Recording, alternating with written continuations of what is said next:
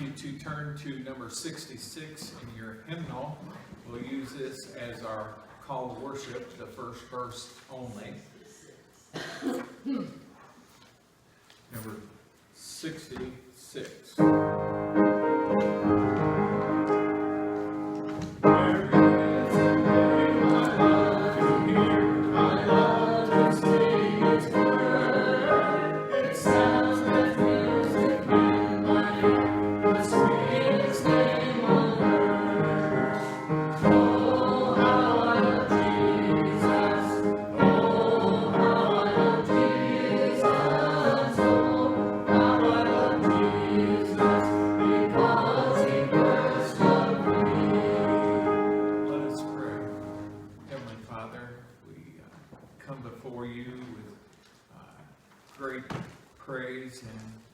And awe as we think of the creator of everything, of the God of the universe, the one true God. Father, we desire to worship you today, to exalt your holy name. We pray that as we do that you would respond with encouragement to your children, that we might be blessed for worshiping you today. We ask this in the name of Jesus, and all God's people said, amen. Good morning, everybody. Would you please turn your hymnals to page 67? Yeah. 67.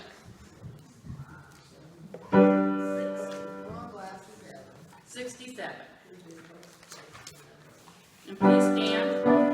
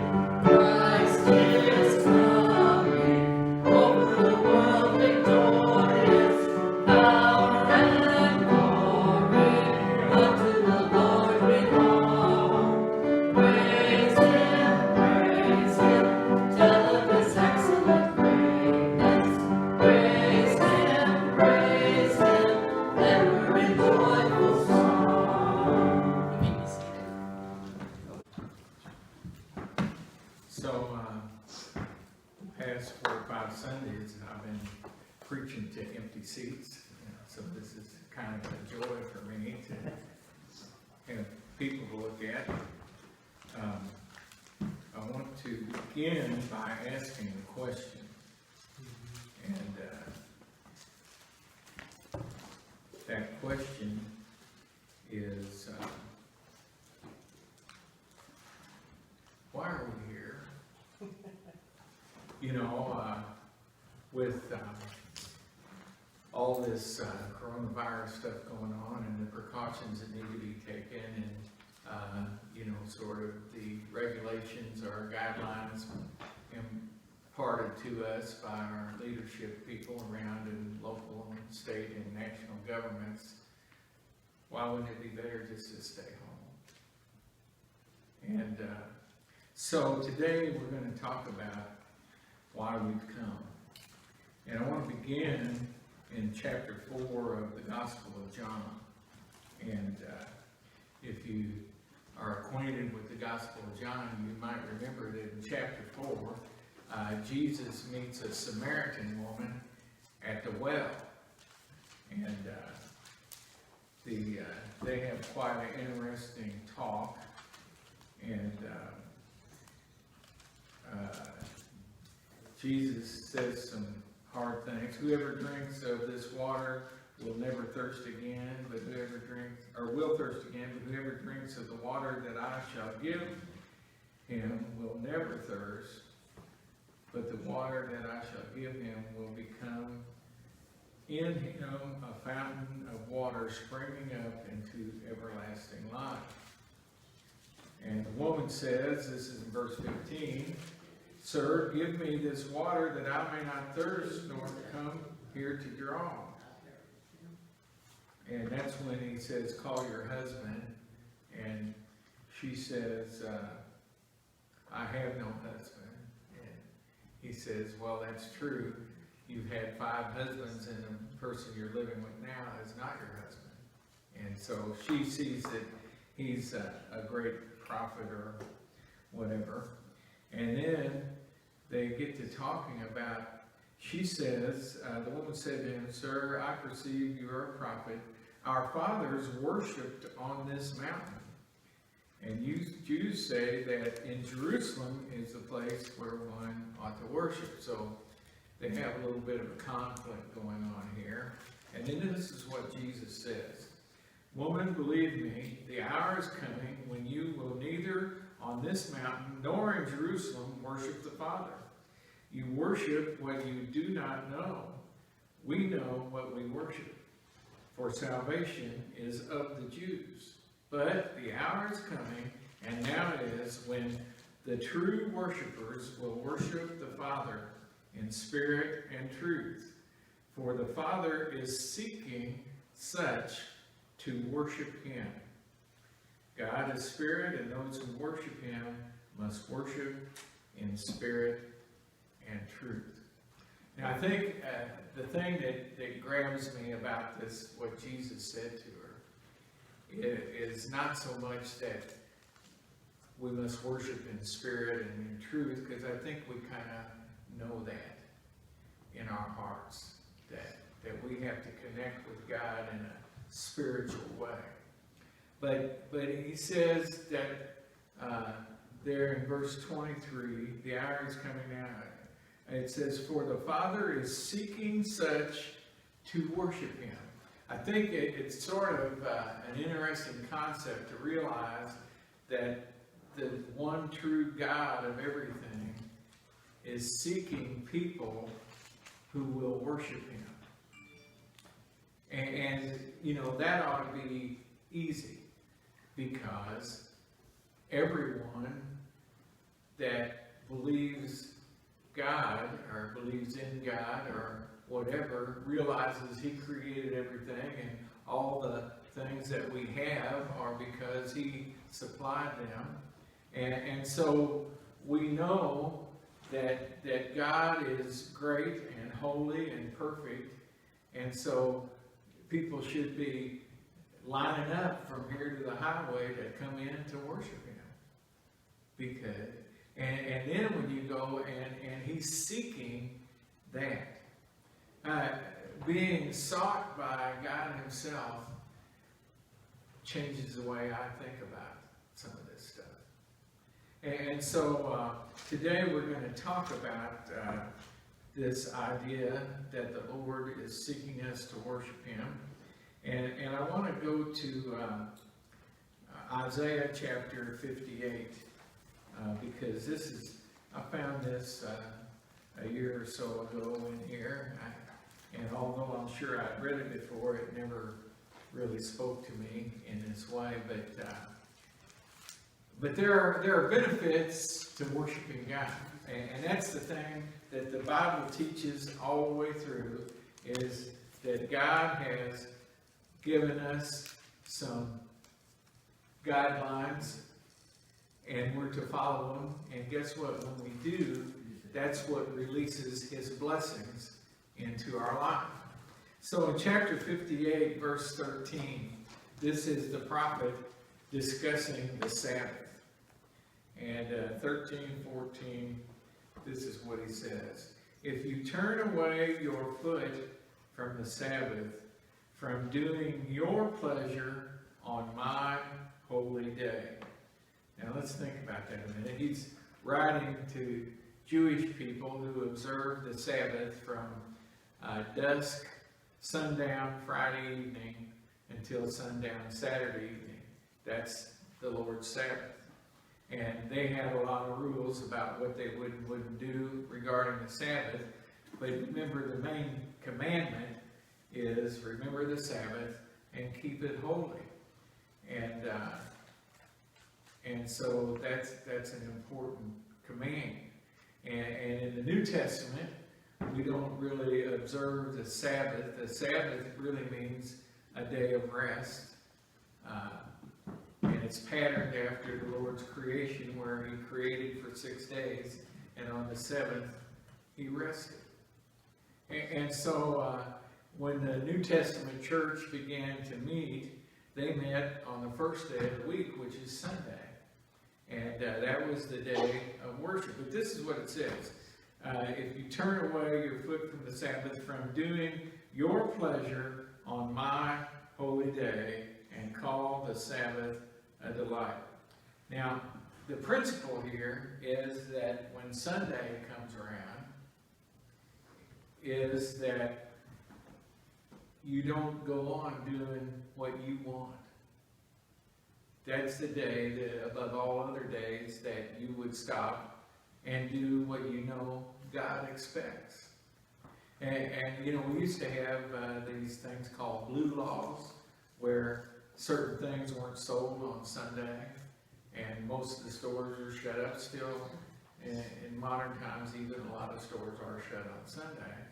And there's reasons to be open, I understand that, but the Bible here is teaching, it says when the Lord's special day comes around, that you are to forget about what you want to do and do what He wants to do.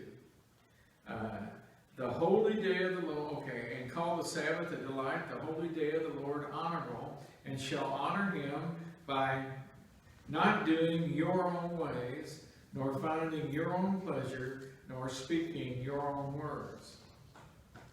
That's what you're supposed to not do. Then you shall delight yourself in the Lord.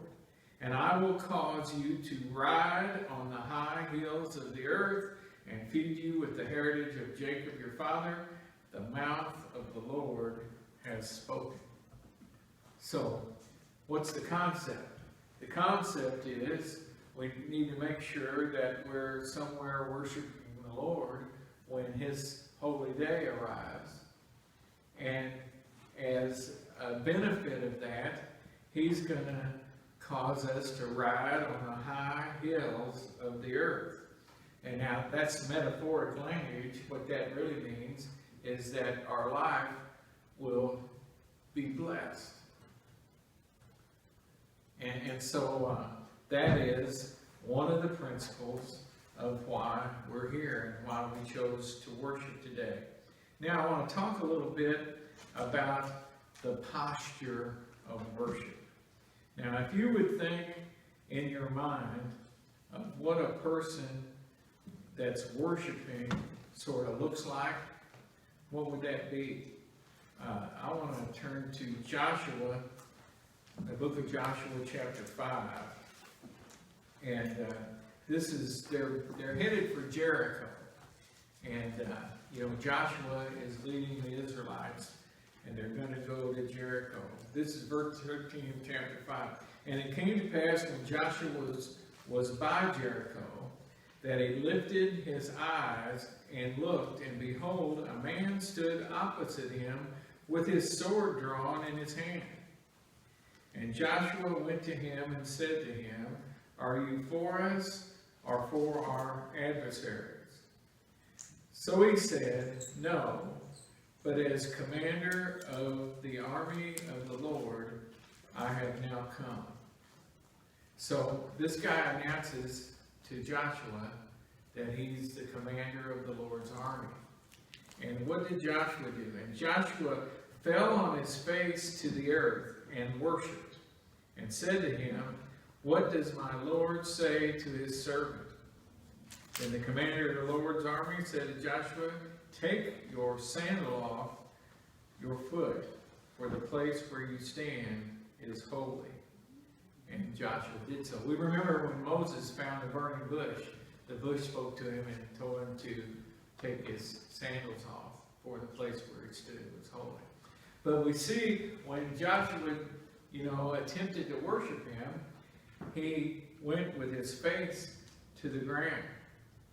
And so that is a common way that worship is experienced. I want to turn to Psalm 95, verse 6. Psalm 95, verse 6.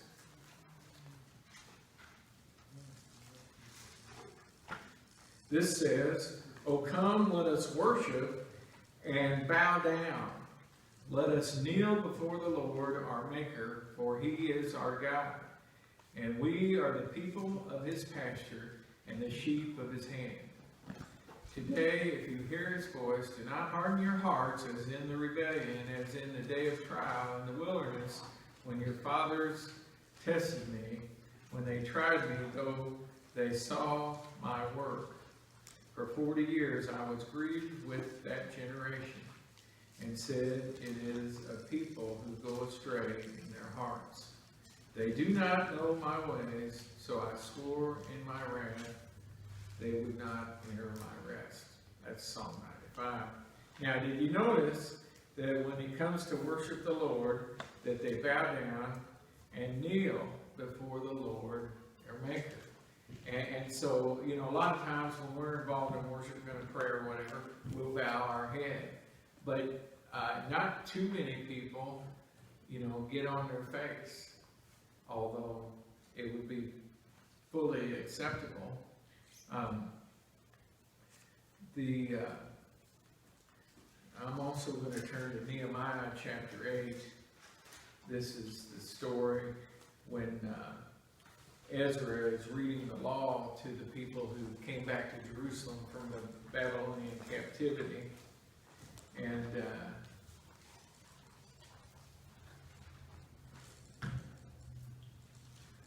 listen to this. And Ezra opened the book in the sight of all the people, for he was standing above all the people, and when he opened it, all the people stood up. And Ezra blessed the Lord, the great God. Then all the people answered, Amen, Amen, while lifting up their hands. And they bowed their heads and worshiped the Lord with their faces to the ground. So that's what's going on there. So when people are worshiping the Lord, it requires kneeling, bending, bowing. Now notice that they also, when they were in agreement with, when Ezra announced that he blessed the great God, all the people answered Amen, while lifting up their hands. Now, when the sort of charismatic movement came in somewhat recent history, we started seeing people in churches during the worship songs lifting their hands. And maybe some of you have done that from time to time. I think it's a totally scripturally reinforced way to worship. And I want to mention something there, because Holly and I, a lot of times, watch old Western movies from the 30s and 40s on YouTube.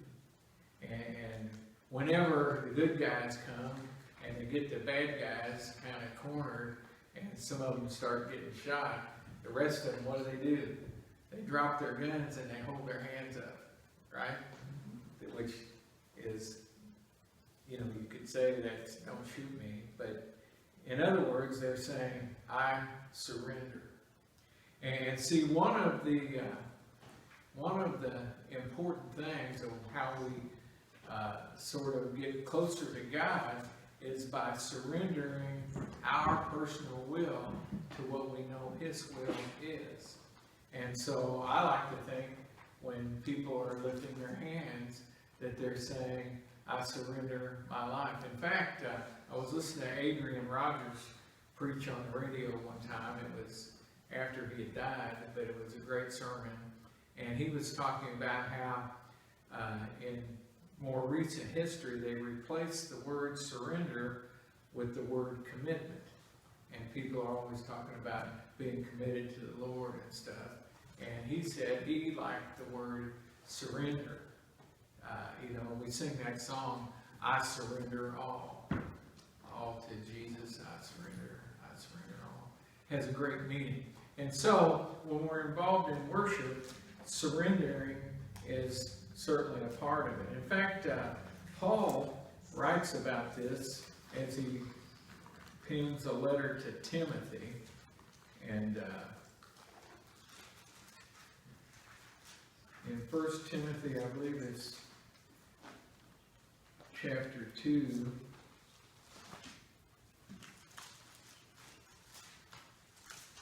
got myself in 2 Timothy there. 1 Timothy.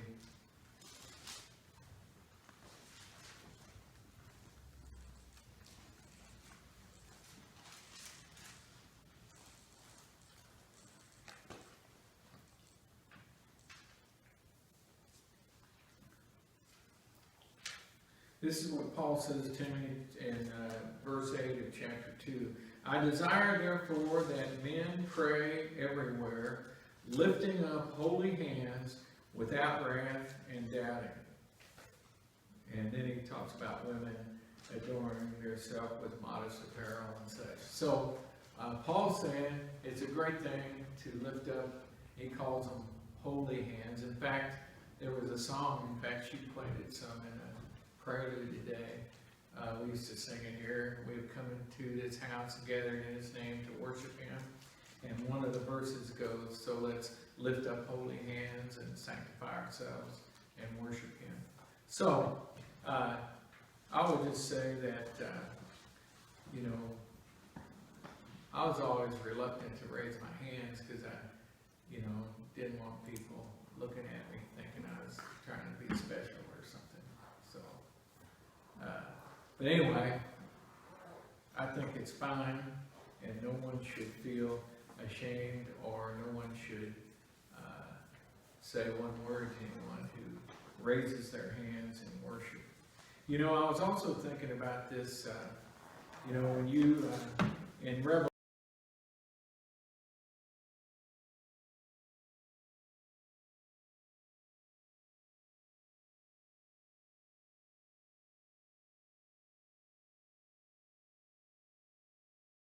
Please turn your hymnals to page 33.